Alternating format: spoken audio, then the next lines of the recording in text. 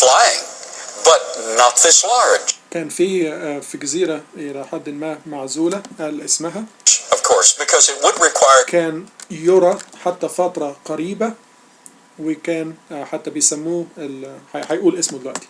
Greater atmospheric pressure. With your scientific background, you of course can verify that. I was doing a program in a Christian school, and there was a 6th grade boy sitting there, and all of a sudden he jumped out of his seat when I mentioned your research there.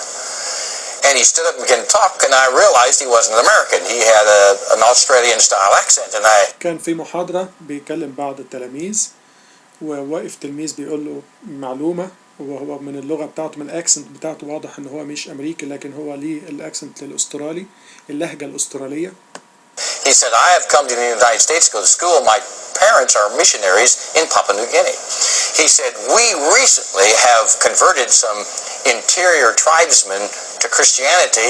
والتلميذ بيقول له احنا حاليا بعض من الناس الانديجينس اللي هم من القبائل البدائية اللي كانت موجودة في استراليا، بعض منهم اتحولوا للمسيحية، وبعضهم بيقولوا التلميذ الأستاذ ده They talk about these things that are still alive. He says they. واتكلموا ان في من بعض الديناصورات الطائرة بس حجم صغير لسه موجود بندرة في بعض الأماكن في أستراليا. Call them flying demons. يسموها الشيطان الطائر. Tawas and Ropin in their language, that's demon ghosts. Yes. What an incredible. Sure, they're verified throughout many of the islands. Now, in order for the larger ones like this and Quetzalcoatlus and this unnamed, probably Texarkanus, found in Texas and very large. Everything's large in Texas. That's what they tell me. Especially the stories. But there's merit to many of those stories. يعني هو بيقول كل حاجة ضخمة في تكساس، بس هو يقدر يتريق على تكساس لأن هو أصلا من تكساس. I'm a Texan, so I can joke about Texans and about Texas.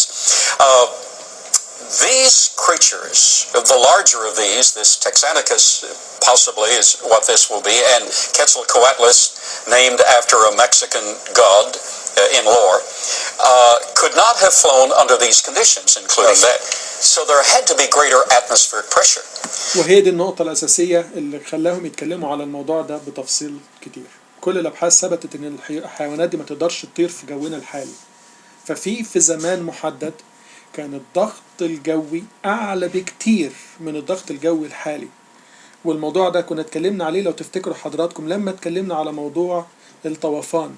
اللي كان متابع معنا في الوقت ده يفتكر النقطة دي، والأدلة دي تؤكد إن بالفعل الجو وطبيعته والضغط الجوي تغير تماما من ما هو قبل الطوفان لغاية ما هو بعد الطوفان. Dr. Sharp, you're a science major in your analysis of everything, and on the last program we talked about the fact that the Earth had a smaller diameter in the past prior to the expansion. In secular reference, this would be Gondwanaland and Pangaea prior to the expansion. We put it back like it was, applying the universal law of gravitation and the. بيشرح النظرية شرحت ازاي والموضوعات اللي حصلت في القشرة الأرضية. End result is we get about twice the atmospheric pressure under those conditions. فكان تقريبا الضغط الجوي زمان ضعف الضغط الجوي الحالي، وتحت الظروف دي. These creatures would have no difficulty flying, even. وبناء عليه الحيوانات الطائرة دي، الديناصورات الطائرة كانت تقدر تطير بكل سهولة لأن الضغط الجوي كان ضعف الضغط الجوي الحالي. With a 60-foot wingspan. No, sir. That's right. They could fly overwhelmingly, and the giant animals could breathe.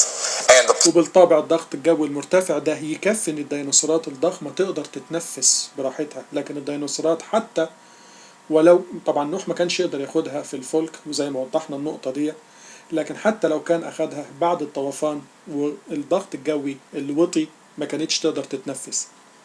عشان كده الحيوانات دي اندثرت مع الطوفان. Plants could grow incredibly large. النباتات طبعا تنمو بحجم ضخم جدا. That's right. And all of this recognize these kinds of things with regard to the predictions we see in the whole scheme of biblical creation, and it matches. كل الكلام ده ذكره الكتاب المقدس بالتفصيل طبعا. Wonderfully. Therefore. وتتناسب تماما مع الأدلة العلمية المكتشفة. Of course, scientifically, the creation model is superior to the model of evolution. Well, there is no doubt about, Dr. Ball, that the creation model is just as scientific and has better qualification circumstantially from the prediction, observation, realities. There is no doubt about that it's وكل الكلام اللي قدموه يؤكد ان هم دي بس بعض الادله اللي تؤكد ان نظريه او الخلق اللي يتكلم عليه الانجيل هو الصحيح وليس نظريه التطور. very justifiable to believe in the realities of biblical creationism.